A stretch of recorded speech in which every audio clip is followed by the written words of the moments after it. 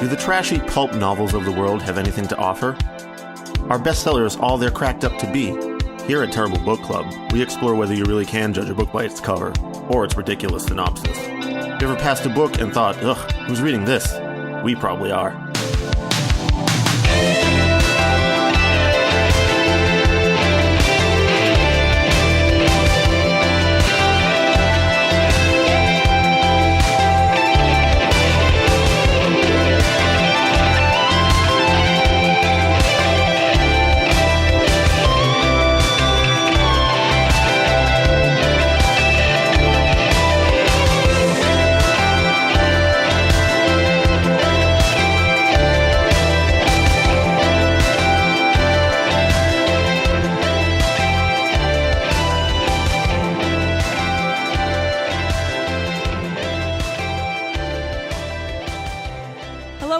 Episode 57 of the Terrible Book Club.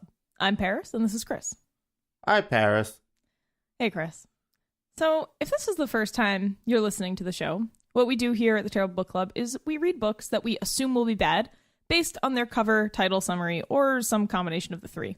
So we force ourselves to read books we would never otherwise choose to read. Usually this experiment results in a hilariously disappointing read, but once in a great while a book comes along that at least partially subverts our assumptions. And, before I announce what we read or launch into the book, we're going to do some business that we usually do at the end, at the top of the show. So before we begin, we'd like to thank our Patreon supporters. Dari, Greg, Will, Veronica, Dee, Jared, Lynn, Sinna, Jakob, and our newest patron, Torben, aka Duck King. You can thank all of them. Is he the king of the ducks, or is he the largest duck and therefore their king? I don't know if he's a duck or not. I think he's Torben, Duck King in the North. That's what. I just need to know if he's a human ruling ducks or if he's a duck. I mean, I think these he's are a human, important things. But who knows? So yeah, you can thank all of them for making this show possible each and every month. We certainly do. We're only $3.99 away from our next funding goal. Price of like a bargain bin book, a large bag of chips, like a family-sized bag of Lay's, like just like that's all we need, man. That's all we need. Just send us chips, actually. Can you do that? That's fine. So if you want to help support the show, you can head over to patreon.com/join/terrible book club to become a patron and join the illustrious list of names that we read each and every episode. At the $5 a month level or higher, you can enjoy special video segments and what is essentially Mystery Science Theater 3000 with me and Chris, where we watch movies or TV shows. Usually they're companions to books we've read on the podcast. Also, do us a favor and download the Radio Public app and listen to us on there. That helps us passively generate income for the show, because each play gets us 2 cents and an extra $1 bonus if you listen to 3 episodes in a row. If you haven't done so, it'd be cool if you could give us a review, like on iTunes or some other podcast site or app of your choice. You can also just tell other people about the show on social media or tell your friends. We do like when people say hi and interact with us. So at the end of this episode, if you have something to say or just want to reach out to us for any reason, you can send us a message on Twitter, Instagram, Goodreads, or Facebook. You can also send emails to terriblebookclub@gmail.com. People might have something to say about this one. Yeah, I'm sure they will. Lastly, we recently made another book podcast friend, so just wanted to give them a shout out. You can go ahead and give Books, Booze, and Beards a listen. You know, I probably should have made sure that was the correct order of those B words, because I feel like it might be Books, Beards, and Booze. But Beards, Booze, and Books.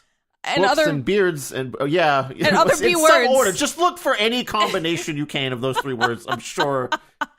Honestly, I woke up sick today, and Chris has had kind of a rough. I'm afternoon. having a rough morning, and with the content of this episode, what we're reading right here, I'm generally fed up with everything this episode. So prepare for that version of Chris on this one.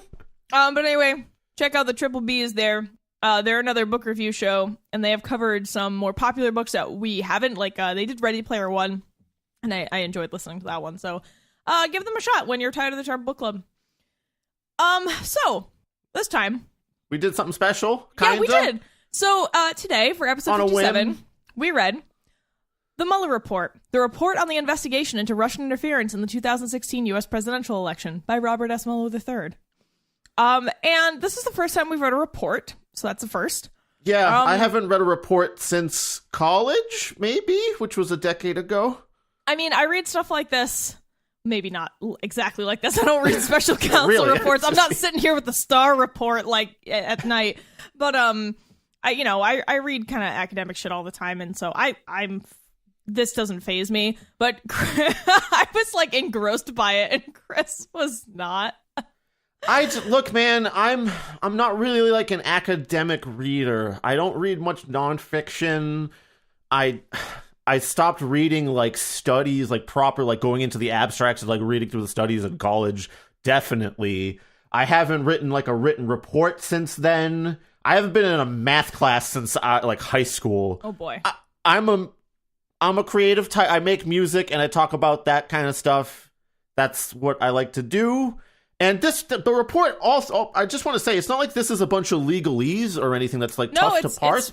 This is very plainly laid out. At the beginning, when I started seeing some of those like U.S. code citations, which admittedly now I know the structure of how to like cite that thing at this point after seeing it so many hundreds of times.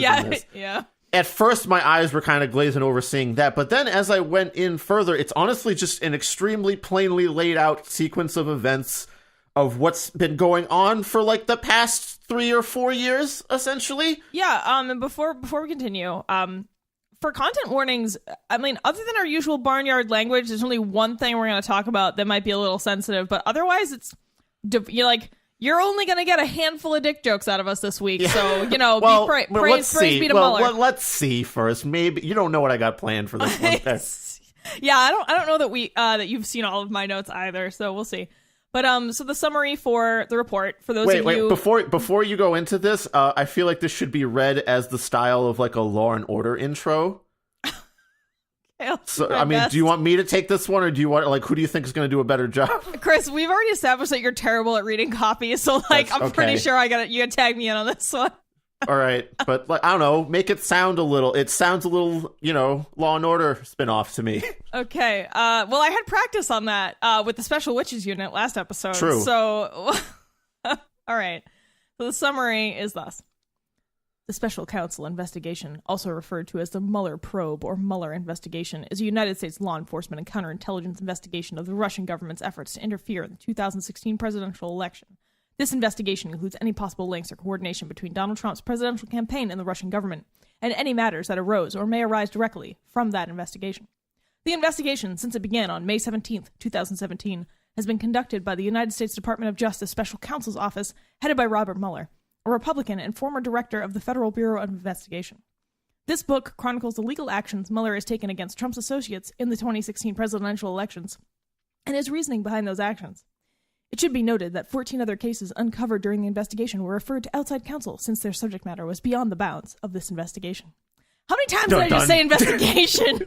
Jesus. Doesn't sound like a word anymore. There's a lot of stuff, like you'll see the same words pop up. Yeah. Like how about, okay, so there's like a table of contents at the outro. There's 2 volumes to this thing, and there's 2 separate tables of contents for them. And if you read them, it kind of reads like either a series of episodes of some kind of sitcom titles or like a track list for a really, really weird prog album. Yeah, it kind of does. I want to give an example of that because most notably for volume 2, if you go to volume 2 where it outlines the obstruction of justice case that Mueller was possibly investigating, here's a sample, like 2. Factual results of the obstruction investigation. A. The campaign's response to reports about Russian support for Trump. 1. Press reports allege leaks between the Trump campaign and Russia. 2. The Trump campaign reacts to WikiLeaks' release of hacked emails. 3. The Trump campaign reacts to allegations that Russia was seeking to aid candidate Trump. It sounds like a 4. storyboard. After the election, Trump... Yeah, but like as it goes on, a lot of them turns into just like 7. The president discusses Flynn with FBI Director Comey. 9. The president attempts to have KT McFarland create a witness statement denying that he directed Flynn's discussion with Kislyak. Kislyak. And on like that was just like 1. The president, blah, blah, blah, blah, blah. 2. The president, blah, blah. Yeah, it's anyway. So if any of y'all aren't from the U.S., or even if you are, you might not really know a whole lot about this. I mean, it's been in the news a lot, but very few people, only a few idiots were going to sit here and read the whole thing, and we are two of those idiots, so... Yeah, I mean, I'm sure plenty of people in the press and, like, people that have been reporting on it and people, like, actually interested in this stuff have read through the whole thing. I mean, if you were excited enough to read it, imagine someone that's, like, a legal scholar diving into this. Oh, this is like... absolutely, but I'm talking about most, like, your average person. Yeah. So we figured we'd just do everyone a favor and... read this thing that is pretty controversial, but also just like have some laughs about it, because what else can you do when this is happening, right? It's like... Certainly you or I sitting here, like, neither of us being, like, super legally oriented or anything like that. It's not like I can offer any in-depth analysis that you can get from some other podcast. I don't know, the terrible Case Law Club, something like that. But I mean, I think, like, as you pointed out, Mueller wrote this in a way that was very easily understandable to a layperson. It's not, it's not hard to follow. It is long. There are a lot of footnotes. I love footnotes, so I was, like, super psyched. When I saw there were over 1,000, I was like, there's, like, some hilarious footnotes in here, dude, too. actually, all right, so, okay, so first, this whole thing... Like, I didn't know this until I read the report, but I did know this because, like, for the past couple, not to interrupt you, but, like, for the past couple years while this shit was happening, that's when I was, like, following every single story that was released to the public, like, obsessively. So I've known a lot of this stuff for a while, but this is the first time I've seen it all laid out in front of me, and boy, is it just, like, aggravating to read like that. But anyway, continue. So this whole investigation was set off by an unnamed foreign government, so some random-ass government, we don't know who it was, telling the FBI, yo, this dude is bragging about working with Russia to fuck up the upcoming election. Figured you should know. Peace out and good luck. Like, what? I mean, the other thing is that, like, everyone involved in this report, everyone that was talked to, everyone, like, all the emails and texts you've seen get pulled up, I understand it's, like, off-the-cuff messages between people, but it's still, like, super high-level official talks, and it all sounds like a bunch of con artists and scammers somehow. Especially, like, Joseph Mifsud's emails sometimes. Like, oh, no, like, Sater, Rick's... Anyway, we and Sater, like, they all read like a bad eBay seller just trying to, like, hold you off for another week before you complain to eBay. Yeah, we'll have to explain who those people are, because those aren't names that you might know if you're just reading, articles about this. Oh, but, there's a whole cast. Before we go any further, I feel it's really necessary that we confirm for all of you out there that there is a footnote possibly confirming the piss tapes. It is in the Mueller report. It's footnote number, like, 27 or something. Or no, it's 112. You would have to have the detail on this here. So, this is the closest we've ever been to 100% real piss tapes, guys. Like... So, and maybe that's a bit of a hyperbole. So the footnote could technically refer to any incriminating tape, but we're really hoping it's the P ones. So yeah, hoping is strong. Like, if you don't know what the piss tapes are, so when Trump, before he was president, when he was a private citizen, he held the Miss Universe pageant in Moscow, I believe. Uh-huh. In conjunction... It was like a 2013 thing, I think. In conjunction with the Crocus Group, who is a player in the Mueller Report later. So, during the course of the pageant, he ended up staying in a hotel that President Obama stayed in, and I guess he, like, went to such lengths as to stay in the same room as him, and also to have a bunch of prostitutes piss on the bed that Obama slept in. And somebody recorded it. Yeah, this is alleged. This isn't fact, but there was a footnote. A footnote. It certainly was a footnote, actually. Where actually the guy who sent the text message to Cohen, he's Georgian, and I cannot pronounce his name for the life of me. I'm just gonna call him Businessman R, because well, you should have. I would have maybe had a chance at reading it out if I had, like, the page directly in front of me due to my Eastern European roots. But, nah, dude. Georgian and, like, Armenian, they have their own script. That's and, like, true. That's true. So when they get translated into the Latin alphabet, it's not quite easy. So I don't know. It's like RTSCHILZ. Businessman R totally fits more into the scheme of this thing where, like, so much of the shit in here is, like, super Tom Clancy as fuck. So basically, Businessman R texts Cohen and says, just so you know, I stopped the flow of the tapes out of Russia. Oh my God! And like, and how is that not redacted when there's so much other shit in here that's like, dude. We'll talk about that. So some of the redactions you can just Google, which is like really stupid. Based on the citations, just like it'll be an article referring to like what the fuck is like the redaction is from. So like, who is it helping really? Yeah, like some of the, like for example, there was an article that was referenced as a footnote, and it was like, it had the title of the article, and it was an article like I think from CNN in November of 2016 or 2018 or something. And I was like, wait, they just redacted part of the title? I can just look up that article. And I did, and it was about Roger Stone. And I was like...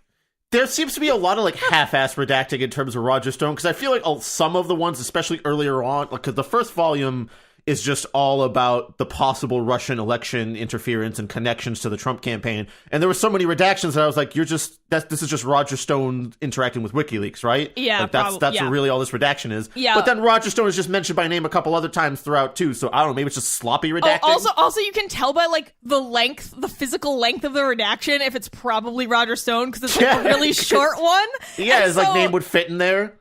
Yeah, they didn't do a very good job of differentiating them enough to not be able to piece some of it together. I mean, obviously, instances where entire pages and passages are redacted, like, of course, that's not able to be deciphered. But, yeah, the fact that you could Google some of the redactions was fucking dumb.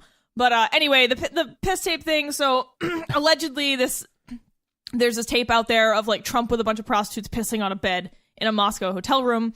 It's been talked about for many years. There was even a fake one put out there. Yep. Everyone denies that it exists and all this stuff. But that footnote was in there, and it's like, well, if it wasn't that tape, what was it? And then Businessman R apparently told Cohen, like, oh, well, he didn't tell him at the time, but when interviewed by the Mueller investigation, he was like, oh, no, they weren't real, but I didn't tell Cohen at the time that they weren't real. So, like, why did you text him and say that you stopped the flow of the tapes if there were no tapes? Well, to be honest, there's a lot of instances in this report where people are just, like, straight up lying or exaggerating just to get someone off their back or something. Oh, my God. So maybe this dude was, like, Cohen was up his ass about, like, stopping some flow of videotapes. Maybe. And the dude was like, no, yeah, I stopped it. Don't worry about it. Like, by the way, pay me for that? Can you pay me for the videotapes that I never stopped because they don't exist, but actually I did stop them? Yeah. So. And also, for anyone wondering, it is not the Access Hollywood tape. That's not what the footnote is referring to. It's a separate thing. This was specifically about tapes coming from Russia. So this whole report is very exhaustive and going into exact detail of exactly what it's being talked about. And sometimes we'll like reference the same time period or even email or phrase a bunch of times as it relates to separate issues. Like, I don't know how many times I fucking read "If It's What You Say, I Love It" in this report. Yeah. So I tried to keep this in relative chronological order. So first things first. Volume 1 is about Russian infiltration into the election and hacking. And let me tell you, unequivocally, Russia definitely infiltrated U.S. voter communities via social media.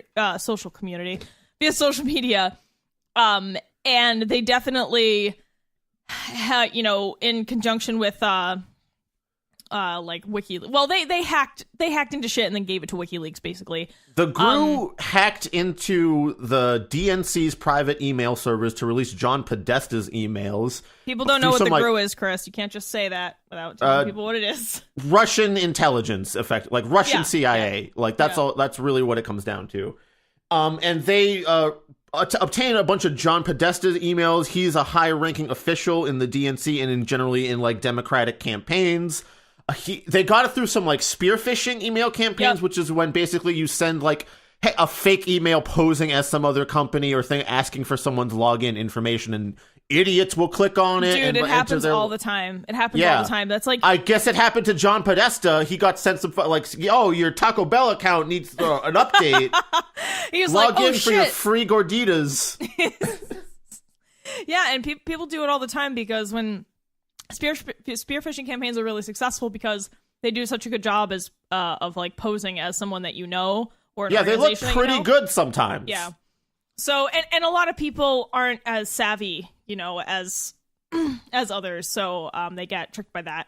So either John Podesta or someone in his office was successfully spearfished, and they were able to have access to all these emails, and some of the emails had some, you know, some shit about how the Democratic National Committee was like, fuck Bernie, like, basically, and that caused They're not necessarily like a crime or anything, but just like people in the establishment kind of talking shit about someone who wasn't part of that establishment, which, I mean, yeah, shitty, but like, I don't think it should have like turned the election as much as it did, I guess. Yeah, it is pretty strange. They also obtained like 20,000 deleted emails that Hillary Clinton deleted from a server before. That was like a separate thing that they obtained access to that WikiLeaks put out. So Julian Assange is definitely a Russian puppet, right? Like, yeah. So yeah, you know, I never really knew a whole lot about Julian Assange until relatively recently. He's kind of a dink, like a kind of not a huge fan. You know, when he was busy unveiling videos of the US government willfully shooting civilians and laughing about it, like, yeah, sure, that was great. But then when he turned into like this weird Russian conservative puppet, I was like, oh, never mind, this is dumb. That seems to be all the moves that he's made recently are basically in service of Russian foreign policy. And so basically what happened was in terms of, so of course there's the spearfishing and the hacking and stuff, but then in terms of infiltrating US voter communities on social media, it was honestly pretty smart. What the Russians did this is an absolute genius move. Yeah, I gotta like hand it to him, man. Like, yeah, gotta hand it to the Kremlin. Good job fucking just us being up like, over you here. know what? I bet everyone over there is dumb as fuck. So I'll just pretend to like be a campaign thing and then like hand off all the work to someone who I guess just didn't want to come up with the idea first, but was willing to do all the organizational parts or something. Well, they pretended to be US citizens. Yeah. So they pretended to be like John Patriot Eagle, you know, and and they had access to like US financial institutions, which they weren't supposed to have because some guy sold them fake financial info to get access to US banking institutions to pose as US persons easier to buy the ads from Facebook and other social media this things. This is like a Silk Road, you know, like dark web shit where this guy sold bank numbers, and the Russians then bought those bank numbers and impersonated those people so that it looked more legit. So what actually happened is like US voters and people in Trump's orbit and like a bunch of conservatives who supported Trump did work with Russian agents, but they didn't know they were working with Russian agents because the Russians tricked them into thinking they were also US citizens. So that is why there was no cooperation, no willful cooperation between the Trump campaign and Russian special intelligence. So a lot of it, especially like the social media stuff, was really like they weren't even necessarily interacting with like campaign people so much as like going to areas where they did. But like I think the way it was framed to me, or the way it came off to me, was like there was like two GRU units involved with this. Some more Tom Clancy shit for you. It was like Unit 26165 using their X-agent algorithm to tunnel information from certain servers to like, or like get data-based information on US voters. And they would target specific areas and causes on both sides, not just like conservatives, but like to like Black Lives Matter activists, and to like stir shit up in that area as much as they could, and to generally to just cause a ruckus. And it's pretty smart to just like be like, hey, I'm organizing this protest over here. Why don't you and all your pals come out here and start some shit? Like it was like targeted protest things, or like, yeah, it's pretty smart, man. Like, so basically what happened is, early on, they did some things where they, like early on, like you said, they did pose as Black Lives Matter. They did pose as Bernie supporters. But then as things went on, they really focused on Trump because they knew that, and also keep in mind, even early on, they were mostly focusing on Trump, and the Black Lives Matter and Bernie stuff was kind of on the back burner because, they, of course, didn't really know if this would work or how well this would work. But it worked spectacularly well, and they decided to, go kind of 100% into supporting Trump because Trump being in power, of course, helps Russia a great deal, since he's been pretty open about how sympathetic he is to Russia, and I think Russia also sees him as a very weak person who they can easily manipulate. And again, this is just what I'm gleaning from the report. So, yeah. Seems like they didn't have to ask Trump directly for anything when they can just like back-channelly suggest things through like 3 layers of other dudes, and he'll probably do it anyway. Yeah, and we'll talk about some of that stuff in a minute, but knowing that Russia definitely did infiltrate U.S. voter communities and did engage in some spear phishing campaigns and hacking that netted them emails that they released, and it affected the way the election went, probably. A lot of people are asking, like, why doesn't this make the election invalid? If we know there was foreign interference, and like, why is the election standing? Why are we not removing the president? And the answer is that the Constitution wasn't prepared for this. The Constitution wasn't prepared for any of this shit that's been happening in the last couple of years. So really under-equipped on that front. We have no legal way to deal with foreign interference in a U.S. national election. It's wild to me that's basically that's the case, and it's also wild to me that there's basically no oversight of the executive branch in U.S. government, with the exception of impeachment by Congress. That is all we have. So, like, that was supposed to be the balance, right? It's just like, obviously a bunch of people over here, if someone really fucking sucks, they'll agree to remove him if he really fucking sucks. Yeah, but the constitutional founders, like, joke's on you guys, you never thought Congress itself would be full of idiots. So we're kind of strangled by an inadequate constitution, inadequate laws around. Or Paris, are we accurately represented? I wonder. maybe we're just. Are we just plain old being accurately represented here? Like, that might be it. Yeah. We're a bunch of idiots, and we deserve idiots in Congress and an idiot president. Yeah, maybe. So that's kind of my piece on that. So yeah, we don't have laws to deal with this stuff. Is kind of how it goes. And yeah, we're only talking about like the Russian. Well, I mean, obviously they indicted like 14 people, Russians, nationals, on election interference. So there's laws around that part, but laws concerning like inadvertently receiving aid or interacting with agents of that government aren't really a thing. And the Constitution never really thought to think about like, well, would that large-scale meddling even render an election null and void? Yeah, right. The other problem is that there's no measurable way to show that it did sway the election, and in what way. I mean, I think we all have an intuitive sense of how that happened, but like from a legal perspective, we don't have anything to work with, and also there are just no laws about it. So. I mean, I guess you could argue it's like if, Russians were posing as U.S. people, and the U.S. people that changed their vote around it like didn't know what's the difference, right? Like if that shit worked on them, if that changed their opinion, it would have worked from some other source too. But does that matter if it did come from? I mean, it's a murky area, and Mueller himself concluded basically that almost no U.S. persons, except for that one guy that sold the financial info for the Russians to pose as U.S. persons, did anything that could be really considered a crime under their interpretation of case law. Right. And we're just talking, and not even case law, also just like straight up law. But we're just talking about the first part. We're not talking about the obstruction thing is a whole other volume. Yeah, the obstruction thing is a whole other thing, and also the individual actions of people in Trump's campaign is like kind of a separate thing, because some of it was related to this, but like not really. So, another thing that blew my fucking mind. Mueller in a couple parts is like, I came to this conclusion not because I don't think it's true, but basically because I don't have enough evidence to support it.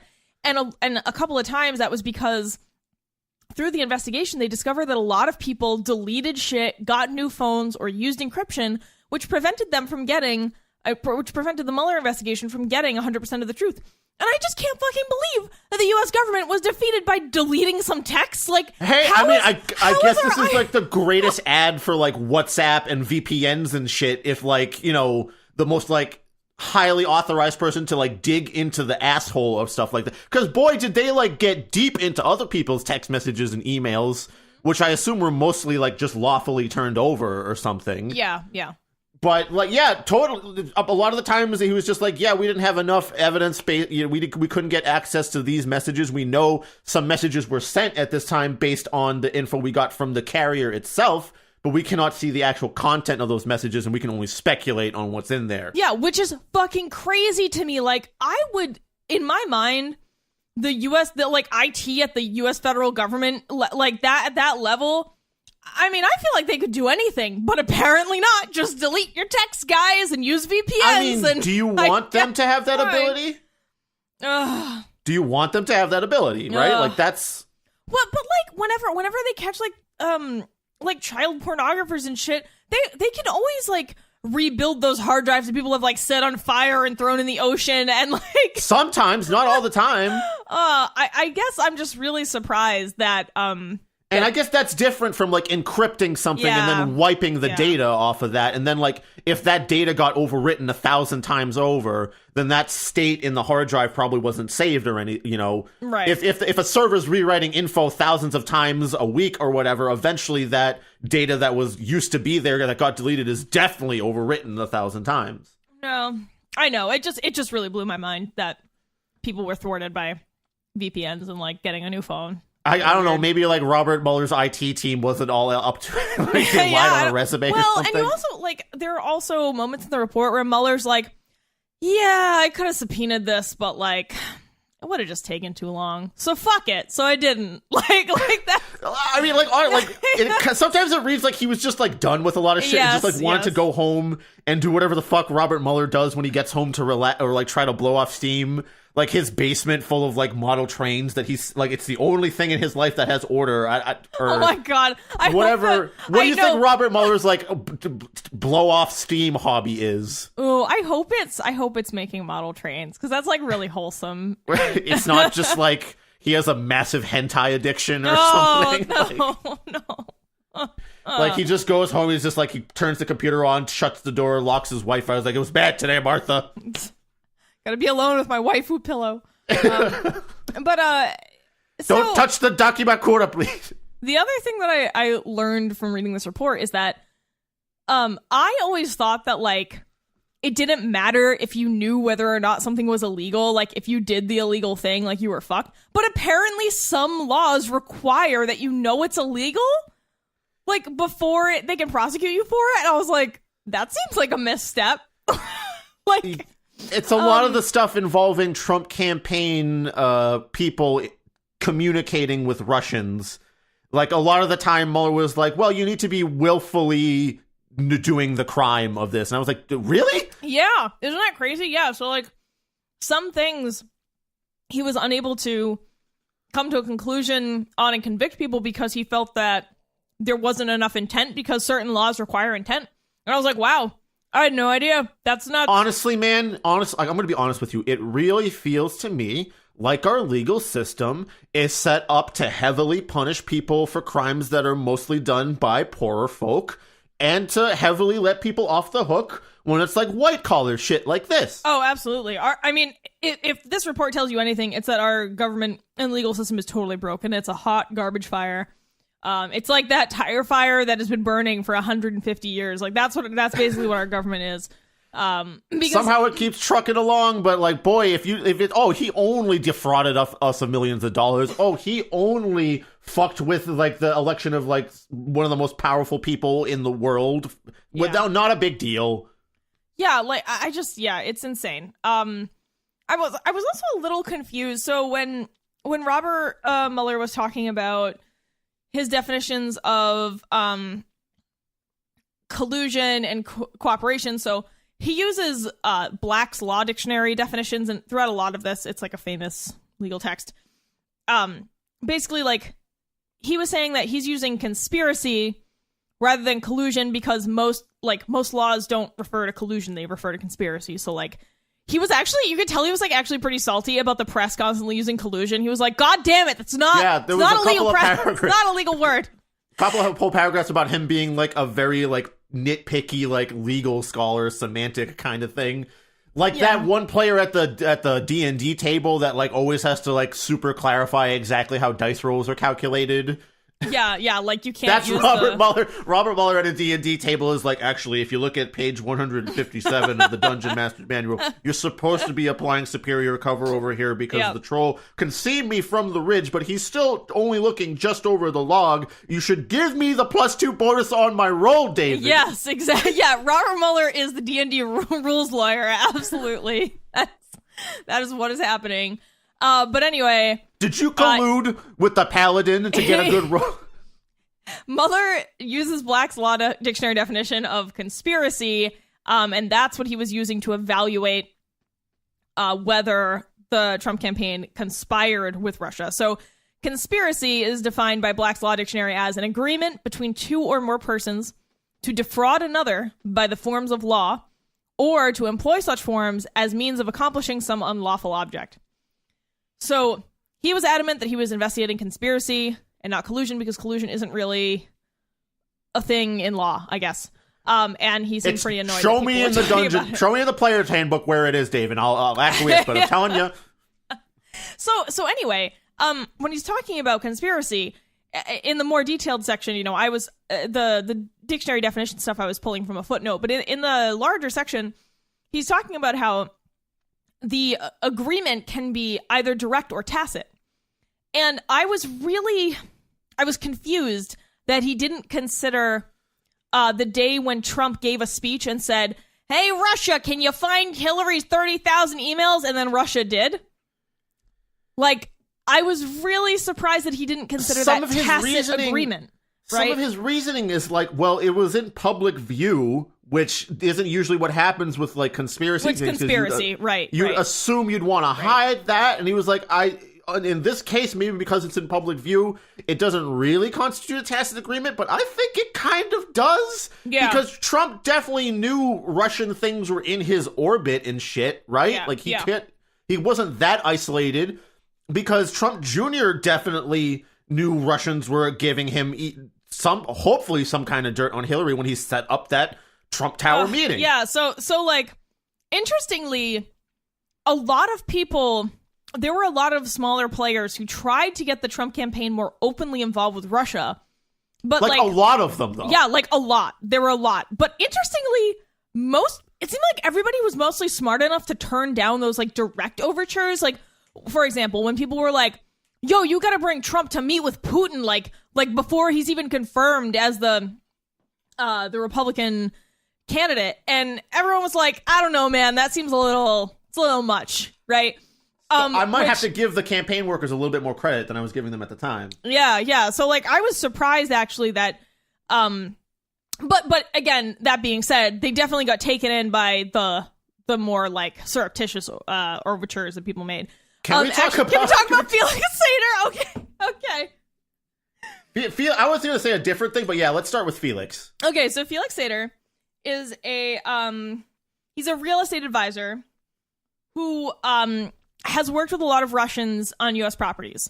And it seems like he's not a Russian agent, but he's like... So if any of y'all have ever watched The Americans, if you haven't, fucking watch that shit, because that is... I feel like that is basically what we're inside of right now. It's almost like a Russian operative kind of like convincing a U.S. citizen that the Russian cause is worth working for, and they're not really an agent, but they're like kind of helping. That's kind of what I get out of Felix Sater. He does a bunch of real estate deals with Russians, and he is constantly trying to get Michael Cohen to agree to this meeting with Putin in Russia. And man, the emails. I know you hate how I read copy, Paris, but I feel like you've read so much here, and I kind of want to like. Oh yeah. Okay. Read does this not read like, again, like some scammy eBay seller trying to like upsell you on something, or like one of those choosy beggar types that you're trying to sell to something on Craigslist and he just won't get his shit straight on when he's going to meet up with you and pay you and shit like that? All right. This is Felix Sater's email to Don Jr., right? Well, read the title thing that's like on November 3rd. Yeah. On November 3rd, 2015, the day after the Trump Organization transmitted the letter of intent, Sater emailed Cohen suggesting that the Trump Moscow project could be used to increase candidate Trump's chances at being elected, writing, Buddy, our boy can become president of the USA and we can engineer it. I will get all of Putin's team to buy in on this. I will manage this process. Michael, Putin gets on stage with Donald for a ribbon cutting for Trump Moscow, and Donald owns the Republican nomination and possibly beats Hillary out, and our boy is in. We will manage this process better than anyone. You and I will get Donald and Vladimir on a stage together very shortly. That's the game changer. That's the game changer. Yeah. I'm sorry. Later that day, Sater followed up. Donald doesn't stare down. He negotiates and understands the economic issues, and Putin only want to deal with a pragmatic leader. And a successful businessman is a good candidate for someone who knows how to negotiate. Business, politics, whatever it all is the same for someone who knows how to deal, which I guess is a Trump quote. Yeah, Continuing, I think I can get Putin to say that at the Trump Moscow press conference. If he says it, we own this election. America's most difficult adversary, agreeing that Donald is a good guy to negotiate, we can own this election. Michael, my next steps are very sensitive with Putin's very, very close people. We can pull this off. Michael, let's go. 2 boys from Brooklyn getting a USA president election. This is good, real good. And I love how they don't show you Cohen's responses because Cohen probably didn't respond. Yeah, honestly, he was kind of not into it. This whole Trump-Moscow thing basically petered out after a while. Well, yeah, so there was, drama over whether Trump was still trying to pursue a real estate deal for Trump Tower Moscow while he was running for president and then after he had already won the presidency. And basically, Michael Cohen got in trouble for lying for him about that and saying, oh, no, we were totally done with that before he was elected. Shifty eyes, except they weren't. And they were still trying to do it, but like Chris said, they just kind of forgot about it and didn't finish the deal. So honestly, they're not guilty because they were shitty businessmen. No, not even Paris. Honestly, this is I guess high level business deals are the same as trying to fucking get an online date or sell something on Craigslist. Yep. You exchange a couple emails, everything looks good, they're all super excited about it, and then a week later they don't reply to your responses, and it just peters out and never goes anywhere. Yeah. So basically, they were still trying to do shit after he got elected, which is not allowed. But the deal didn't end up going through because they just kind of it's like those emails that you start writing and you don't finish, and 4 weeks later you're like, oh my god, I never sent that email, but you can't get yourself to send that email. That was the whole Trump Tower Moscow it's already thing. too late. Yeah, it's been a month. It's gonna be awkward if I send it now. Yeah, that was that. So, so that was Trump Tower Moscow. That's a different thing than the Trump Tower meeting, which it referred to a meeting that took place at the Trump Tower in New York. Right. But before we move on, I would also like to I'd like to discuss my favorite fuckboy duo of this whole Mueller report. Papa and Paige. Papa and Paige are amazing. Their whole sections were basically these fucking 2 bumbling idiots trying to do anything they can to have influence in national politics. These 2 are going around everywhere talking to Russians, being oh no, you and I, we're gonna get relations between the US and Russia started again. We're gonna fix all the problems, me and you over here. They didn't know each other, but whoever they interacted with, they were always talking about oh man, we can start up US-Russia relations. It's gonna be so good for everyone. And by the way, when I say Papa and Paige, I'm talking about George Papadopoulos and Carter Page. I just think Papa and Paige is a funnier way to say it. That's when all the TV shows come out of this, and Papa and Paige is going to be the sitcom spinoff of 2 idiots trying to fit anywhere they can on this stage, and basically they didn't fail totally, but they kind of. I think they're the great examples of play stupid games, win stupid prizes. That's my favorite thing about Papadopoulos is. There's too many things to talk about with Papadopoulos, actually, but he also seems like one of those scammy types that just tries to get in anywhere he can. The dude is a LinkedIn mastermind, all right? Wait, what? Did you not read all the parts in the report where, like, he initiated contact with, like, Trump campaign people or Russians via LinkedIn? Oh, yeah, you're right. I forgot He about just, that. like, cold messages people, like, high-level political people off of LinkedIn and gets taken seriously. And yeah, then like, he's involved. who is sitting there seriously answering LinkedIn messages? Like, I guess fucking high-level political operatives. I guess. But yeah, so, like, Carter Page, George Papadopoulos, basically, like Chris already said, they were just, like, desperately trying to get fame and influence in the political sphere and, like, worm their way into both Russian intelligence and the U.S. presidential campaign, like the Republican campaign. It was very odd.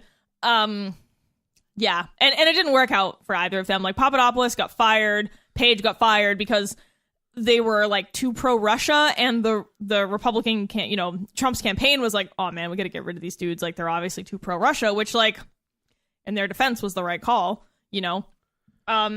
I mean, Page himself, just, like, he doesn't have anything as hilarious as Papadopoulos, like, interacting with that professor. Oh, I feel like he did, but I didn't take enough notes on it. Papa and Page was my contribution. Page just kind of, like, shows up at things and, like, gives speeches about how he's gonna start up U.S. and Russia relations and, like, tries to, like, schmooze with people. I don't understand how these people can go around, like, flying around the fucking world being like, yeah, I'm gonna be the one. It's me. I'm gonna start up these foreign relations and fix everything. I have no fucking idea.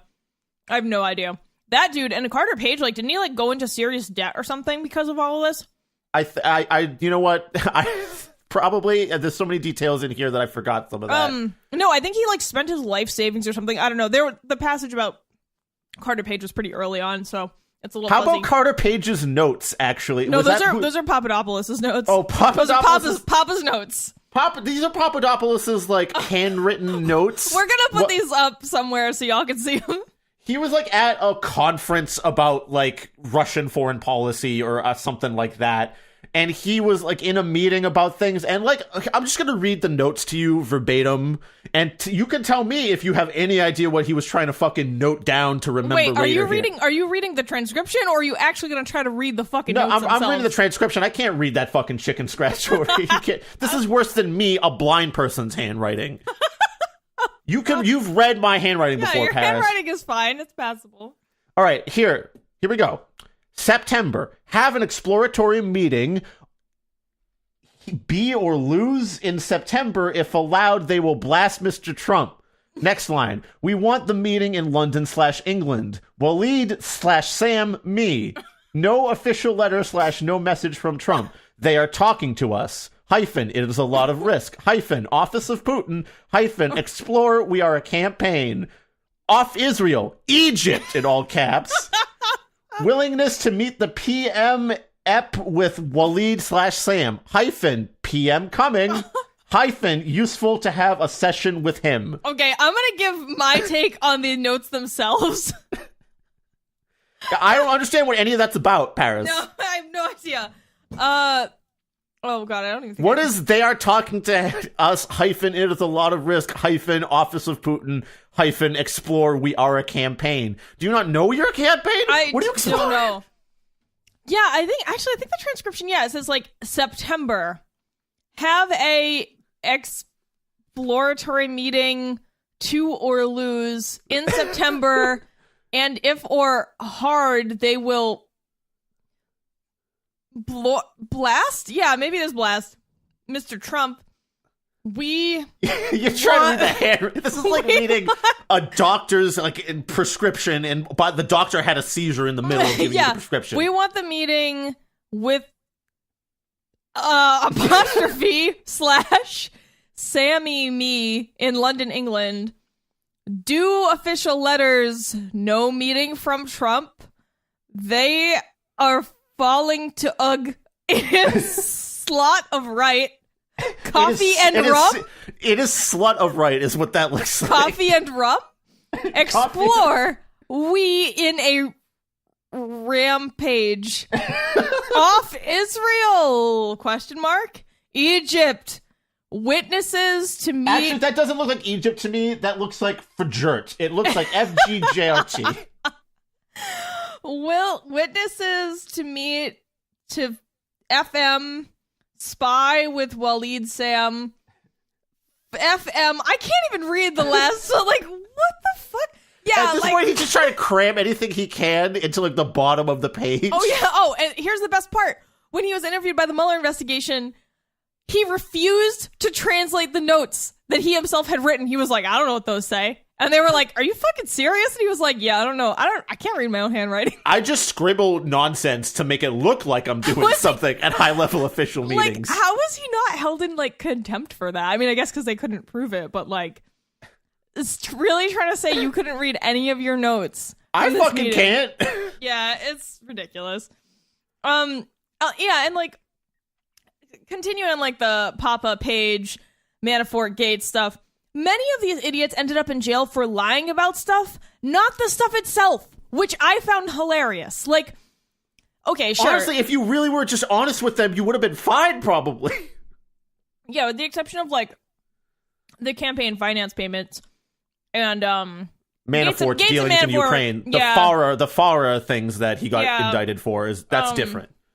Yeah, like not registering as a foreign agent. Like, he was actively working on behalf of Ukraine, but he wasn't registered as an agent of Ukraine. Same for Flynn, but Flynn was, like, working for Turkey or something while he was also the national security advisor, which is just sketchy as fuck. Yeah, like, yeah, a lot of the lack of criminal activity was really, like, accidental or just not covered by law. Like, I don't know. It was tough because, so Cohen got fucked over the campaign finance law violations for paying Stormy Daniels and whatever that other Karen, whatever, paying them off to not talk about fucking the president during, like, right before the election.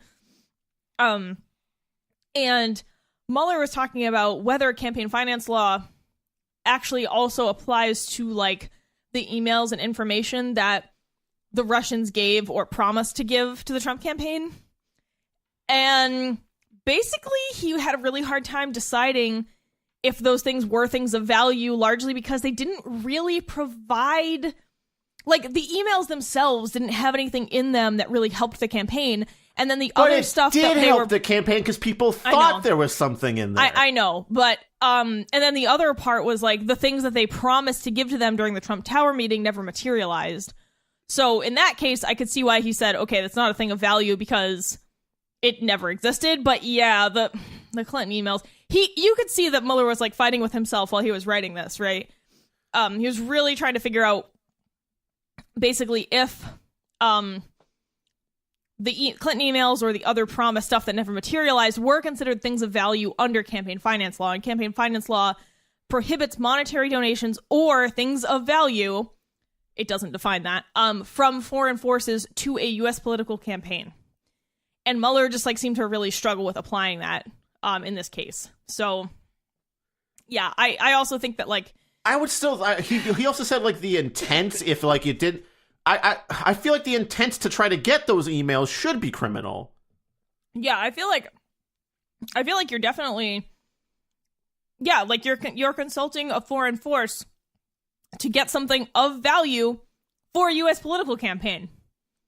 But he basically said they were too dumb to know what they were doing wasn't okay. And I was like, I don't know, man. I don't know if I buy that. That's the most questionable conclusion that he drew in this whole report. Yeah, I agree. To me, at least, like, I mean, I guess he's the one that's more of a legal scholar in that realm, so I'm gonna have to go with the expert here, I suppose. But, like, if it's such a gray area, I mean, there's a lot of stuff in here where, so, like, if we can maybe move on to the obstruction thing at this point, because that whole section is also him trying to, like, grapple with the idea of if something counts, if you're willfully doing it or ignorant of the law. Well, it's because that's one of those laws that requires intent. Yeah. So the whole volume 2 of the obstruction case is him grappling with that segment of gray areas. Like, well, because he was just saying that shit in public, does it really mean? Is it just because he's the president? No. You're getting a little confused. He specifically states in the second volume when he's talking about obstruction that the thing said in public is, like, it's not an issue here, and that could still be considered obstruction. There's a very specific clause where he discusses that. Oh, but yeah. before we move on to that, I do have a couple more funnies. So it turns out Donald Trump Jr. will click on any suspicious ass link you sent him. Can we just talk about that for a second? There's like a couple of times. This is one time Donald Trump Jr. gets sent like a random Twitter DM that's like, "Hey, it's me from the Russian government with this private drop password protected file." No. It was DC Leaks, or it was somebody. It was like, yeah, it was DC Leaks who was like pretending to be WikiLeaks, but was actually a Russian operative. Yeah. So he got sent a direct message from DC Leaks saying, "Hey, here's some stuff that would be interesting. It might be about Hillary Clinton's emails." I forget exactly what they dangled. No, he said this is a link to all the emails that we stole from Hillary, and it was. Yeah, and so Don Jr. just like clicks it and like goes into it on the word that it's not totally a virus or something. So maybe if we just DM Don Jr. posing as some other leak thing on maybe like possible future Democratic campaign candidates in 2020, he'll click on our shit and we can just put this episode in there for him to listen to. Yeah, honestly, we could DM him right now and be like, "We're from the future. We have Hillary's future emails," and he would absolutely click on that shit. As long as you kind of made it look legit. Yeah, so like they sent him a link and they also sent him login credentials to use, and like, what person does that? I would never do that. It just seemed like so hilariously irresponsible for somebody on a high-level political campaign to just be fucking clicking rando emails. And he definitely did it on like not a burner computer. Like he opened it like almost as soon as he received it. I'm pretty sure is what. Yep. Like on his phone, I think. Just, yeah, like, it's hilarious. Even though the campaign had already been like saying, like, you know, Trump had already said Russia if you have those emails, so they knew it could have been from like possibly Russian sources, maybe if they weren't too dumb to think. So Don Jr. is just opening like Russian intelligence fucking direct messages on his phone and not thinking about any possible spyware, malware that could be embedded in there, which they did have. Yeah. But yeah, I think, well, they did, but not in that specific instance. Not in this case, they just sent the emails. Yeah, I feel like so much of this boils down to Mueller being like, "Nah, they were just too dumb." And you're just like, wow, I can't believe that's a defense. Okay. And there's some other funny things about like Iman Agalarov and Goldstone and like there's all these other minor players that we don't have time to really get into, but I think Iman is like a singer or he's rapper a pop singer, and his dad is a super rich Russian aluminum magnate or something like. No, that's some other guy. I have so many. His dad's a rich Russian involved in some Russian politics things, and he was emailing to Robert Goldstone, who was trying to set up that Trump Tower meeting, and after everything fell. Aras Agalarov is the Russian real estate developer and owner of the Crocus Group. So probably the holder of the piss tapes is who that guy is. Yeah, so anyway, after the meeting came out, like, to the public that this meeting happened, Aras was, like, super pissed off about it, and Eamon, the singer, I guess he got, like, a talking to by his dad, like, "I fucking told you this thing was stupid to do." And then he basically sent an email to Goldstone that was like, "My dad doesn't listen to me anymore, and our relationship with Mr. T has been thrown down the drain." Like, a sad face. So he was talking about Trump, but I can't help but thinking about him, like, crying about, like, "Mr. T, the guy from the A-Team, won't talk to us anymore." No, Mr. Trump is My dad's mad at me about this now. You guys, you idiots, had to have this meeting. I'm just trying to sing pop songs. Oh, yeah. So there's just, like, dumb shit like that, and then the Trump Tower meeting. We can briefly just tell people what the hell that was about. So basically, Trump Jr. got that link, and he was like, "Oh shit, it's all the emails or whatever." And so they were like, "Yeah, we can." I don't know. I forget who it was. Like Agalarov, Vasilitsnaya. What the fuck was her name? Vasilnitskaya. Vasilnitskaya. Yeah. It was like this Russian lawyer, and she was like. The whole pretext was that, like, oh, it's about Russian adoption, which is what hit the U.S. press like years later. But at the time, they were like, no, we have dirt on Hillary. We can give it to we can give it to the campaign, basically. And honestly, like, the campaign was skeptical that it was Kushner really wasn't anything. into it. He didn't like the meeting at all. Yeah, he was like, this is a waste of time. Yeah, like, to his credit, Kushner was like, I thought it was total BS.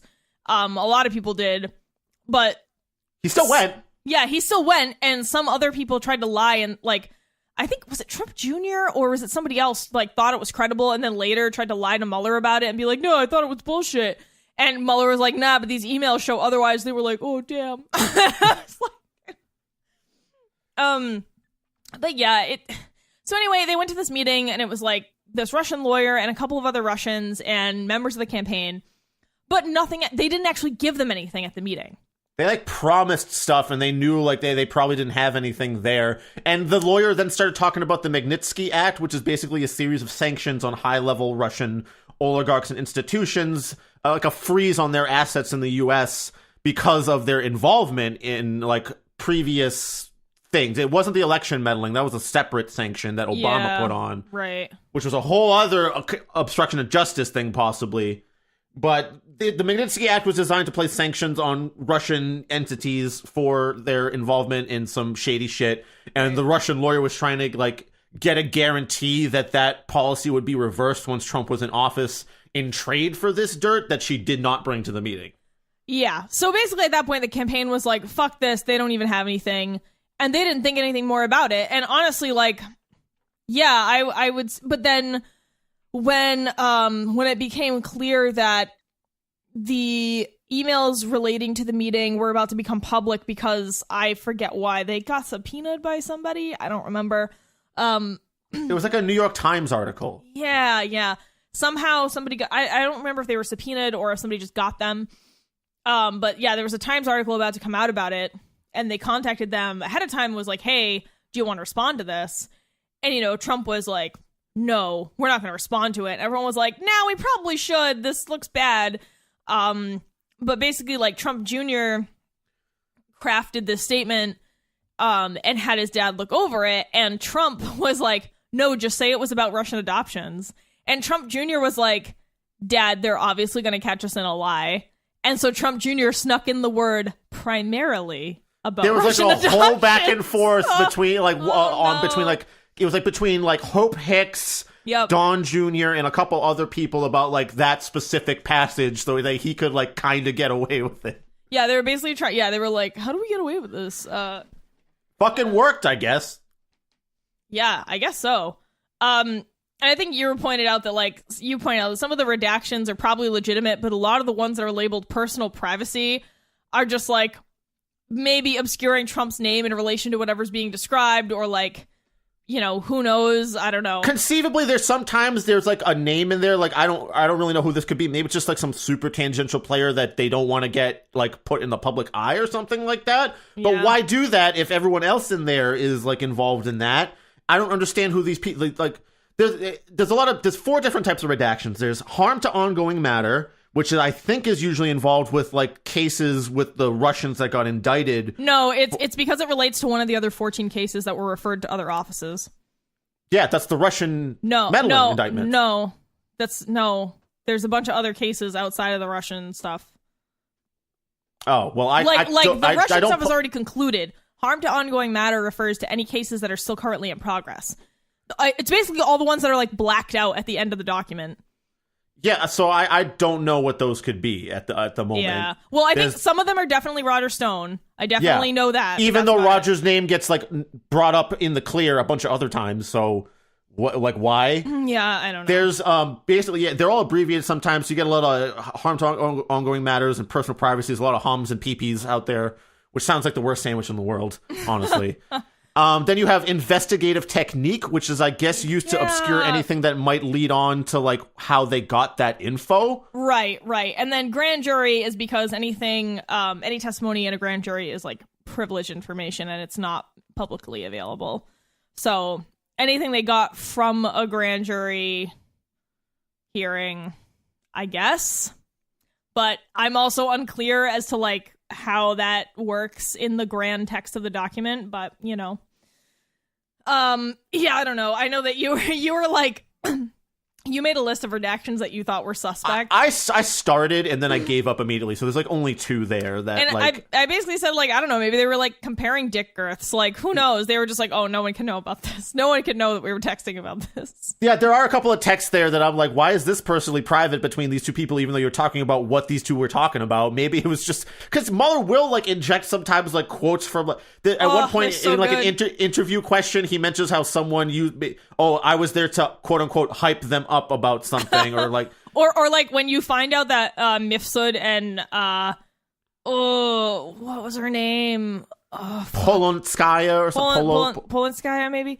Yeah. Like this Russian lady and Mifsud were probably dating because there's a message where she says, "Baby, thanks," and Mueller's like, "This indicates that they may have been in a relationship." It's very like clinically taking Jesus. apart. Like clearly by the way this was phrased, and he was probably inserting his penis into her at some point. Moving on to the other people. Yeah. All right. So I think that kind of wraps up. I mean, we don't need to go into all the indictments and like Manafort and Gates. Actually, my one funny note about Manafort and Gates is that there's like whole giant super long footnotes where Mueller basically just talks about how shitty they both are, and I thought that was hilarious. He's just like, yeah, these fuckers fucking kept lying to me about shit. God damn it. Yeah, it'll be like they claimed this. In reality, this is actually what happened based on these text messages and emails that I got. Yep, like several page long footnotes where he's just like, nah, these dudes suck. But all that stuff is publicly available, so I mean, this is too, but that's how Mueller gets you after you like wildly get away with something at the D&D table. The GM shouldn't have awarded him that action point. It totally was. Like, it was just basic role playing. It wasn't anything special. Oh God. So and then we move into volume 2, which involves obstruction of justice by President Trump, and that's the volume that gets like real interesting. At the very outset, there's a lot of like legal wrangling with like how you can even prosecute, or even if he could prosecute. Because like right out the front, I forget if this is at the end summary or like the beginning summaries, because you get 2 sets of summaries at the start and at the ending essentially. And he basically lays out like, well, I can't really issue a prosecution here. I'm here to like more investigate. I don't think I have the jurisdiction to prosecute the president when that's technically Congress's job to remove a corrupt president. So I don't think I can deliver a decision of guilty. All I can tell you is if he's clearly not guilty or if he's not guilty. Which and he basically is like, if he was not guilty, I would tell you that, and I am not telling you that. Like multiple times. So basically, yeah, Mueller was put in a really difficult position. So Mueller is a pretty I would say he's a pretty strict interpreter of the law. He's not really like the spirit of the law kind of types. He's like, no, if this is what the law says and we have to interpret it as closely as possible, which is why I think perhaps if this was given to a different person, it may have turned out slightly differently, but I'm fine with I'm fine with it. Like, having read it all, I'm like, no, I get it. Like, I totally get it, because I'm also like a stickler like that, and I like to take things very it's a reasoned approach. It's a reasoned approach and a thorough legal analysis of this extremely gray area that has no precedent. If this was like your grad school project, it would be like the capstone to end all capstones. Like, yeah, really. They just actually, they're like, you know what? They just hand you a PhD. They're like, yeah, earned it. I feel like Mueller should have an honorary law degree from every fucking law school that ever was. Like, fucking, I mean, think about all the people who worked for him too. Like, there were a lot of people involved in, creating this, you know, in his office. So, but there are still, so while the second part gets kind of like fucking wild, there are some pretty funny moments in it. Like Chris brought up before, like the first part had a lot of like Tom Clancy shit, and there's also some fucking like mob boss spy novel shit in the second part where Trump is like, I need loyalty from you, and Comey's like, you will get honesty from me, and then like there's like a tumbleweed rolls by, like I mean, there's like 5 different TV shows in this report if you like divide it up the right way. Papa and Paige is the one I want to watch, though, for sure. So, there are what's the theme song to Papa and Paige, Paris? Papa and Paige. I don't know. I can't think of it. Sending emails, trying to get famous, make it in the world, but they're too dumb. Play stupid games and win stupid prizes, Papa and Paige. Okay. I'm gonna stop now. Right.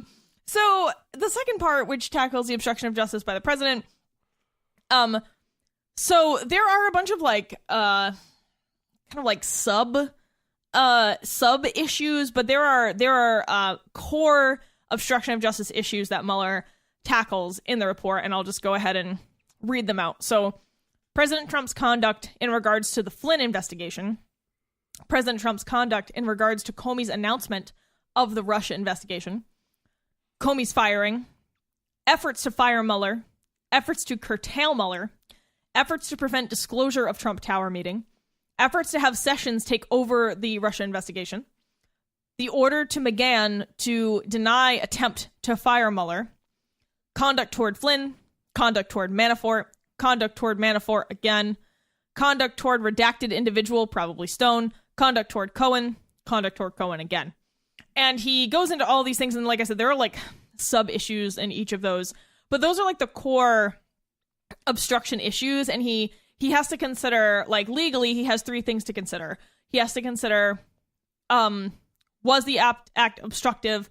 So that means like, did it actually prevent... Did it materially... Right, so like, did it actually prevent Congress or the special counsel investigation from... did it obstruct them from doing their jobs?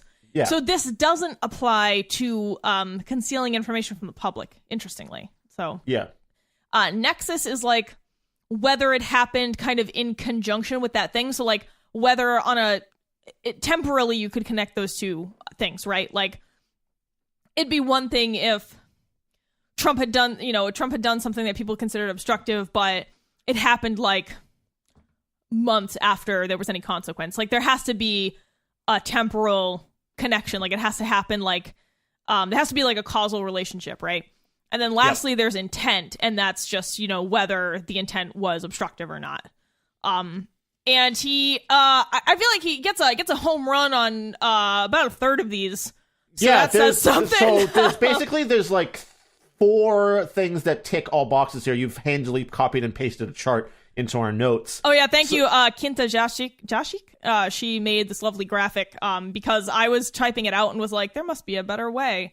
So the 4 things that ticked all the boxes of obstructive act, having a temporal nexus, and obstructive intent were the efforts to fire Mueller, the efforts to curtail Mueller, order to McGahn to deny attempts to fire Mueller, and the conduct toward Manafort's cooperation with the Mueller investigation, even though Manafort technically didn't cooperate fully.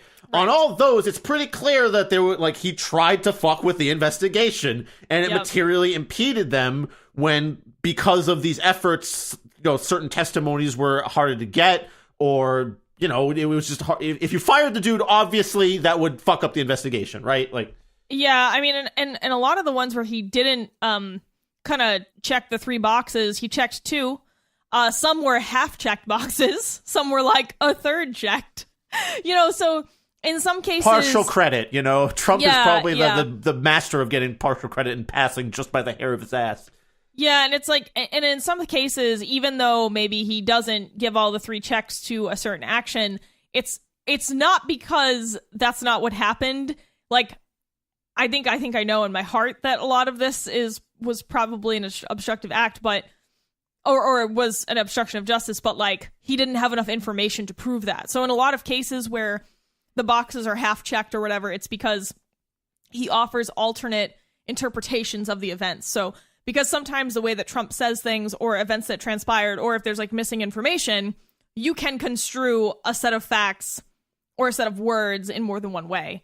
So it was only when he was 100% sure that it could only be construed in one way did he really say that justice was obstructed. But I mean, we have 4 clear, full obstruction of justice, basically charges. Yeah. And then there's a few other ones that are, 2/3 of the way there or more. So I feel like if people hadn't like deleted texts and emails and like encrypted shit, and like if people had been more cooperative, he probably could have gotten a home run on a few more of these. But and some, like, honestly, the only one where I totally agree that that it wasn't an obstruction of justice was the preventing disclosure of the Trump Tower meeting because Trump trying to fuck with like that memo and say that meeting was just about Russian adoptions. That was just for the press and like the public, so it didn't have anything to do with the investigation or Congress. So yeah, that's fine. But everything else, not great. And in a lot of cases, like I said, some of them, you know, he wasn't 100% sure it was obstruction of justice because things could be interpreted differently. But like, he's being really generous, I think. Yeah, because he has to be, basically. Yeah, because he can't offer that traditional prosecutorial decision. I think he's basically trying to. He sort of passes the buck to Congress in a way. Oh, absolutely, he does. Yeah, in the footnotes especially. There are a couple of footnotes where he's like, yo, Congress, you can impeach him. That's what you can do. Yep. That's basically his cure for this. He's like, this is supposed to be Congress's prerogative and ability to remove a corrupt official. Yeah. Well, that's literally the only thing we have. So, there are some things that were funny. Like, I never thought I'd sit here and praise Chris Christie for being reasonable, but you know, well, here I am.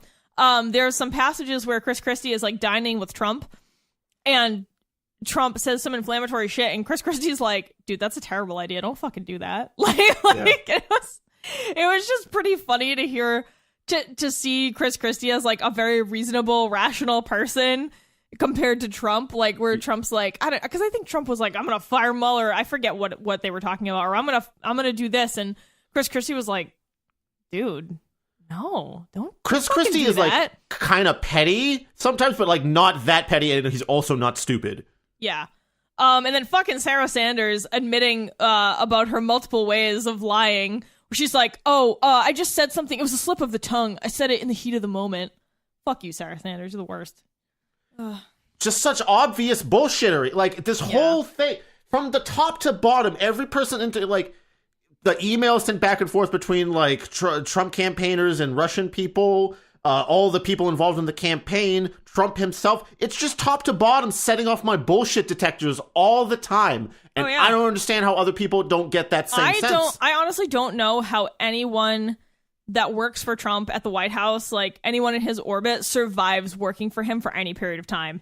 I mean, the exchanges, like when you read about what happens with like McGahn and KT McFarland and like Bannon and like all these people, like basically Trump is just he's just all over the place all the time and constantly asking people to do shit that's like wicked illegal and asking people to lie for him constantly. And then when people are like, hey, that's a lie, he's like, no, it's not. I mean, and we can take the recent expose about the golf tournament as, another example of that, where straight out of a Simpsons episode, we have Trump at a golf course playing golf with someone and their kid, and like the kid was doing better than Trump, so Trump stole the kid's ball and threw the child's ball like into the lake. And when the kid and the dad were like, that's not yours, he was like, yes, it is. I won this tournament. It's such a level of just not giving a fuck about what reality actually is and just making your own that it actually kind of fucking works. And it does work for him, right? So I know. We had this discussion when we read The Art of the Deal. I've kind of been on this page for a while that like perception actually is the reality in some ways. Like especially when it comes to political stuff like this, I guess just lying until you make it is the way to fucking go. Yeah, I mean, So this is Terrible Book Club, the #1 podcast in the world. We have so many fans. The most and you famous. Should keep sharing us. We actually have 1,000 patrons, not 10. We're the best podcast in the world. So many people come to us and say, wow, Chris and Paris, your podcast is so great, so wonderful. I listen to it every day. I re-listen to episodes all the time because it's so funny. You have such interesting takes on things. I actually have a money bath scheduled for after we finish recording today. We won the podcast awards in California, New Jersey. Okay, obviously all of that was hyperbole, but yeah, Trump is a great example of, just making your own reality and saying, fuck it to the truth and facts, because you can just, I guess, do that. That's a thing you can do. Horrifying. The Cohen section reads like a fucking mob drama on HBO, dude. Like, the whole Cohen thing is like, just crazy. I don't know. shady dealings with adult film actresses, weird payments, threats to, people's lives and well-being. Yeah, and then also Trump basically dangling pardons in front of people, but then what? Sorry, what? What's the theme song to that show? The HBO Michael Cohen legal drama about. Oh God, I don't know. It's like The Sopranos or The Wire theme song, but about Michael Cohen instead. Woke up this morning, got myself a check from Donald Trump to pay off an adult film actress that fucked. Woke up this morning, another lady to pay off. Yeah. So that section was interesting. This is just I just have some random notes. There's a footnote referring to a case, and the case was Cobbledick versus the United States. And how could I not write that down? He put these two dicks together and it was terrible and a crime against humanity. Yeah. Cobbledick v. U.S. rules that the cobbled dick was in fact a monstrosity. You cannot cobble any of these dicks together. I don't know. There was this routine phrase that Mueller used throughout. It was to chill performance of duties, did not chill his performance of duties. And I was like, that seems like such a strange phrase for a legal document, but I don't know. He didn't chill the fuck out in his presidential. Just have a fucking joint and sit back, man. We didn't go into detail on all the obstruction of justice things, but there are some quotes in here about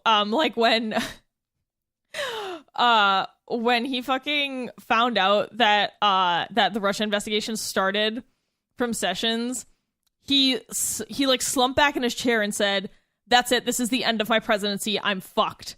And that's in the report. Just that he said that. And he was like, a lot of this report is him just verbally beating Sessions. I kind of feel bad for Jeff Sessions a little bit. Which I shouldn't, because Jeff Sessions is a monster as well, but maybe this was part of him getting his comeuppance. But basically, Trump was pissed at him for recusing himself from the investigation, but Sessions had to because he was part of the Trump campaign and technically was investigated as part of this investigation. So he could not be the presiding attorney general over the investigation. So he recused himself. And Trump wouldn't let him live it down. He was constantly pissed about him. He's like, "You're supposed to protect me." Exactly. He would not Eric Holder took a contempt of Congress for Obama. You're not going to do it for me. I can't believe this. Sessions, you need to unrecuse yourself. Tweets and text messages at 3 a.m, a bunch of meetings, just beating his ass over it. And then he would constantly demand his resignation and then not let him resign. And there was a period of time where Sessions just kept his resignation letter in his pocket at all times. Imagine ready. Being that fucking guy where you have to have your resignation letter on quick draw in case so you dumb. need to get it out there. And he tried to resign and he just Trump wouldn't let him. And it was just so stupid. What if he just fucking stayed home? I know. I was like, what if you were just fuck this, I'm going to Cabo, cleaned out your office and that was it. I don't. A couple of people in the Trump campaign were on vacation at some point. So one time Michael Flynn was on vacation for 2 weeks and they couldn't get his messages or something. People just honestly taking the time off anyway. Sessions, you could have just been yeah, I'm not coming into work today or ever again. Yeah, I was confused by that. But yeah, Trump was really pissed that Sessions wasn't doing more to stop the Russian investigation. He asked him to shut it down. He asked Comey to shut down the investigation of Flynn because he knew that was going to lead into more shit. He asked McGahn to do some shit a bunch of times, and McGahn was just like, "I'm not. No, I'll tell him I did it, and I won't fucking do it." Oh, dude, McGahn passed the buck, and so did Lewandowski, and they both lied to Trump and were like, "Yeah, we'll definitely tell Sessions to shut down the Russia investigation. Yeah, we'll definitely tell him to fire Mueller, shifty eyes." And then neither of them ever did it. And Trump just forgot about it, and they got lucky. So they might be the heroes in this story in a way for Trump because they're just not listening to his bullshit. Yeah, it seemed because McGahn and was it McGahn and McFarland, or was it McGahn and someone else conferred with their own private counsel, and basically their own private counsel or the White House counsel was like, "Yeah, don't fucking do that." Fucking do that. Right? Maybe a bad idea. Just tell him you did it, and then he'll forget in a week when he's mad about something. And that is exactly what happened. They got away with it for so long. Just get him to keep shitting on Jeff about it. Jeff keeps taking it. Don't worry. But seriously, like, that's how they got away with it, because Trump just kept forgetting about it, because he had too many things going on. A lot of these people can't see more than, like, 6 inches in front of their own dick before they, like, there's almost no long-term planning on them. Oh, yeah, it's really terrible. But yeah, I don't know.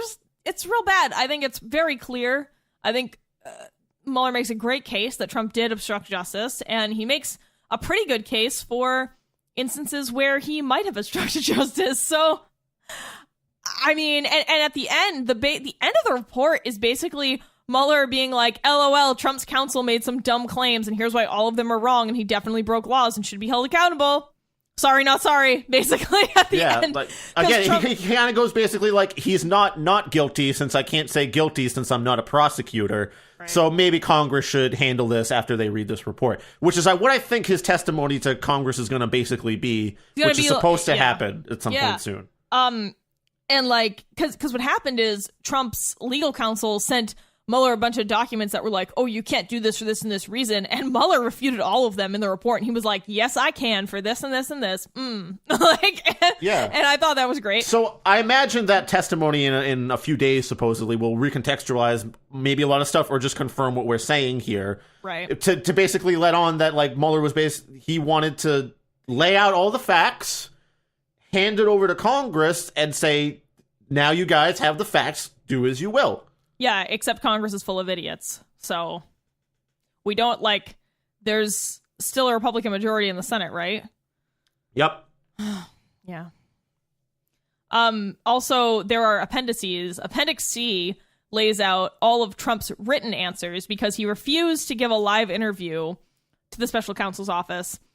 And Mueller, this is one of the parts where Mueller was like, I could have subpoenaed Trump and forced him to come to a live interview, but it would have taken years. Like, and I already had all the evidence anyway. Yep. He was like, I had enough evidence from other people. Didn't want to drag this out for too long, so fuck it. So he took the written answers, but he very clearly states that Trump's written answers were insufficient. And the reason was that Trump stated over like 30 or more times that he did not recall or remember things. Also, he would, like, group his answers, like, there was, like, multiple questions with, like, sub-questions and shit like that, and he would basically, like, group them all into, like, one thing and be like, I don't recall what happened there. Yeah, and the special counsel was like, these answers are insufficient because you constantly said you didn't remember, but also because special counsel was unable to follow up and ask questions to clarify, and largely because of what you just pointed out. Yeah, he would just answer, like, this whole section with, like, 4 subsections in, like, 3 sentences. The questions do read like a fucking high school test, though. like an English report on, like, what happened in a book. Like, what was this character thinking when this happened? Describe the situation. That's exactly what it was like. And also, in Donald Trump's answers, he can't stop self-aggrandizing. Oh my god! Even when, like, he cannot stop jerking himself off ever. Dude, actually, ever. I should really find. Anytime it's like mentioned about, like, during the primaries or something like that, he mentions, like, every single state he won on that exact day that's in question. Every single time a question related to that will come up, he's like, well, I had just won the primaries in California, New Mexico, New Jersey on that day. And, like, every single time it comes up, he can't help but list every single state that he won. And that's why I'm so busy and I can't recall, because I was jerking myself off over that, I guess. So yeah, and there's, like, another section where Mueller asked him about certain people, and he goes, oh yeah, my interaction with those dudes was when they were, like, praising me and giving me presents and, like, sending me my self-portraits, and, like, they just all really like me a whole lot, so there's not really a problem there just because they like me a whole lot. You're just jealous I have friends, Rob. All you do is play D&D with your nerd friends all the time and get in arguments with them anyway. Yeah, Bobby, just admit it. It's a popularity contest.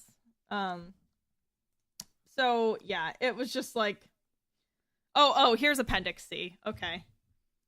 I gotta find these answers because I think this is definitely funny. This is how we wrap up this show, honestly, because it's how he wraps up the report, too. It's just like, hey, look at all this idiot's answers. My Trump Organization desk calendar also reflects that I was outside Trump Tower during portions of these days. On June 7th, 2016, calendar indicates I was scheduled to leave Trump Tower in the early evening for Westchester, where I gave remarks after winning the California, New Jersey, New Mexico, Montana, and South Dakota Republican primaries held that day. Yep, he'll bring that day especially in all the primaries he won. Widely available media reports, including television footage, also shed light on my activities during these days. For example, I am aware that my June 7th, 2016 victory remarks at the Trump National Golf Club in Briarcliff Manor, New York, were recorded and published by the media. I remember winning those primaries and generally recall delivering remarks that evening. Of course I remember my victories. Yes. I have no independent recollection of any communications I had with the Agalarov family, or anyone I understood to be a representative of the Agalarov family after June 3rd, 2016, and before the end of the campaign. While preparing to respond to these questions, I have become aware of written communications with the Agalarovs during the campaign that were sent, received, and largely authored by my staff, and which I understand have already been produced to you. In general, the documents include congratulatory letters on my campaign victories, emails about a painting Eamon and Aras Agalarov arranged to have delivered to Trump Tower as a birthday present, and emails regarding delivery of a book written by Aras Agalarov. The documents reflect that the deliveries were screened by the Secret Service. He really can't stop ever, just trying to pump his own shit. It's definitely like a psychosis at this point. Well, yeah, I mean, and some of the issues he had with staff, poor KT McFarland, when he was like, yo, write this memo saying I didn't do that. She was like, no? And same with McGahn. He was like, McGahn, write a memo saying I didn't try to fire Robert Mueller. And McGahn was like, but you did. And Trump was like, no, I didn't. I didn't use the word fire. And McGahn was like, dude, no. Yeah, that's exactly, I'm sure that's exactly what McGahn said. Basically how it went down. So keep in mind there were 14 cases that were referred to other offices by the Mueller investigation by the special counsel's office. So anything that was a little too outside of their jurisdiction, they sent elsewhere. And that includes the Gates, Manafort, Flynn stuff. And then there are a bunch of other ones that are just totally redacted. We know at least one of them is Roger Stone. Not sure about the rest of them. Who knows what it could be? Yeah. I feel like, wow, we really got there. Yep, we did all of it. This has been a lengthy episode, but honestly, It kind of deserves it. Woo! Actually, this has been a pretty standard length episode. I also keep in mind that there are always a bunch of lawsuits going on against Trump at all times, constantly, just forever. There's a bunch of other investigations into Trump, about his presidential campaign and his existence as president, but then there's a bunch of other shit about him as a private citizen. So yeah, the wheels keep turning. I'm sure we'll see what happens if, hopefully, and when he's removed from office, whether by voter or other mechanism. Dude, we haven't created any new laws. The Russians are just going to help him get elected again in 2020. Who are you kidding? Probably, but supposedly after even that happens, he's not allowed to do another one, right? So well, we'll see. Yeah, who knows, right? So we'll pull up the original Constitution, and it's definitely been changed, but we're like, huh. Didn't notice that. Says the president can serve forever. Interesting. And there's a Russian guy sneaking out of the... Actually, before we totally end, we finally got answers to our questions when we read The Art of the Deal. Remember, we were like, hey, I wonder if these deals ended up being really successful. The answer is no. No. The answer is no. Oh boy, yeah, we got those 10 years of Trump's tax returns, and he lost over $1 billion, and they were the years immediately after the book, I think, right? Because I think it was late 80s, early mid to 90s kind of thing. Yeah. So yeah, hey, The Art of the Deal. Turns out he's just good at deals, but not actually. I guess in that book you can learn how to lose millions of dollars a year. Oh man.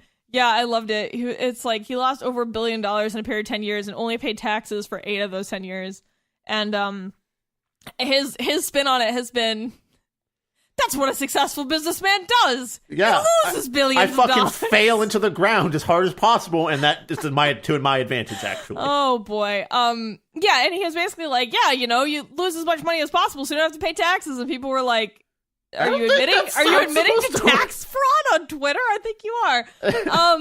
Also, the Mueller report was full of like Twitter references and stuff, which was also amusing to read because a lot of the obstruction of justice stuff had to deal with him tweeting and like dangling pardons chronological order laying out of all the tweets. So if like you missed all that shit, here's a beautiful way to relive it all. Yeah. And like I said, laid out very like episodically by the table of content. It really reads like you could just write all the episodes of the show off of this thing. Oh God, I hope that like when we're old, this is like the new HBO drama, like about this whole thing. This would make such great TV. It's really too bad that it's reality. It's really too bad. I'm still holding on for the Papa and Paige episodes or series. Papa and Paige. Okay. Yeah. So the answer is, those deals did not work. Nope. Ta-da. Yeah. Thanks for sticking with us through this thing. I'm sure this. Hopefully, we made learning about the Mueller report fun for you. It's definitely something that does not have a lot of fun. Is it a terrible book, though? Oh. Did we step outside our boundary a little bit here? No, it's honestly, I thought it was going to be like wicked boring and hard to read, but I was like engrossed in it and I really liked it and I liked the way it was written because I'm a huge academic nerd. So like big fan of Bobby Mull. Big fan. Old Bobby Three Sticks up here, writing this kind of things that Paris likes to read.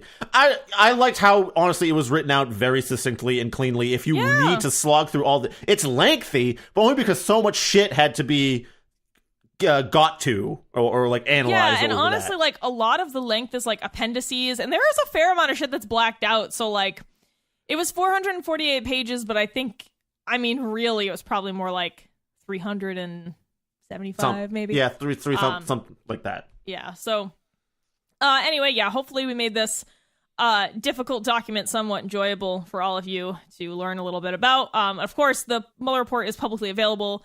I would recommend, though, that if you do download it, try to convert it into a searchable file because most you can't, if you just get the regular PDF, you can't search keywords. So, and I recommend that because obviously you probably don't want to sit here and read the whole thing like we did. So if you want to like search around and read salient points, just convert it so you can search the text. Also, as a minor note, BuzzFeed News actually forced a new version of the report to be issued. That is not the version we read. So basically what happened is they pushed back against the initial report because all the redactions were so vague. And so in the newer version, the redactions are more specific. So I think some of our questions about what the certain redactions are could be teased out a bit more easily in that newer version of the report. So I guess if you want to download it, get the newer one.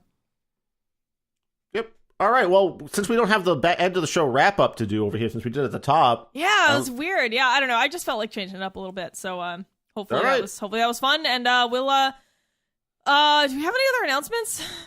No, we're just trucking along with some episode releases. I am getting ready to do a tour that I am just binding together with sticks and twine. Oh, Chris, are you going to tell the people about your tour? I guess, yeah, let's end it. Like, so essentially it's about 2 weeks out from the start of my like short 5-date tour. Nothing big, just to a couple of states outside, real easy. It's like it's like New England or New York, right? And one Philadelphia stop right Philly. there. Yeah. And so, like, I've booked pretty much everything just haphazardly. I'm having a hell of a time getting everything together. And this morning, right before, like, the podcast is about to start, my drummer's like, I fucked up my back. I can't do the tour. So, we have less than 2 weeks. He is paying for a fill-in guy who I think can pull it off, but it's simpler death metal than the kind that he plays usually. And he actually just texted me in the middle of this recording saying he has a song down already. So, like, hopefully he kicks enough ass to, like, make this happen. If not, I don't know, catch me in New York in Brooklyn on May 24th. Oh, actually, yeah, let's read off your tour dates. Let's tell people where you're going to be so you would stalk Chris in real life. Here's where you can see me, like, possibly either fuck up massively playing my music or, like, you know, have some kind of entertainment for your own bad live show club podcast or something. I think we should be okay, but still, you can catch me at the Shaskeen in Manchester on May 23rd, Thursday. Manchester, New Hampshire. Manchester, New Hampshire. You can catch me at Lucky 13 Saloon in Brooklyn, New York, the day after that, Friday, May 24th. I'll be at the Rusty Nail in Ardmore, Pennsylvania on Saturday the 25th after that. And then I go back to Long Island or Holbrook, New York at Rams Pub the Sunday after that. And then Monday, there was supposed to be a Memorial Day show at Sammy's Patio in Revere, but that's the one day that this fill-in guy can't do. So maybe that show will happen, maybe it won't. We'll see. What if instead of playing a Graveborn set with a drummer, you just did like a urine set with like some electronics? I don't know if I could play the set. Like, I don't know if I have the equipment to pull it off. Or what if you just did like acoustic Graveborn? Like, just get some bongo drums, you know? I don't know. I don't know what's going to happen for that show. I'm trying to think out what's the best way to salvage, but we'll see. Well, let's all wish Chris some good luck. Good luck, Chris. It was an anxiety attack filled day, essentially. Even though technically I'm probably covered, and if anyone can pull this off, it's this guy. I still had a good cry earlier today about it. Yeah. So. I mean, I woke up sick, but that's way worse. Like, I'm not even, like, I'm kind of sick, but I had a huge bowl of pho right before we started recording, and it, like, restored my At health. least like maybe it's still happening. Like, if it just didn't happen, I would have been, like, out $1,000+ just, like, for nothing.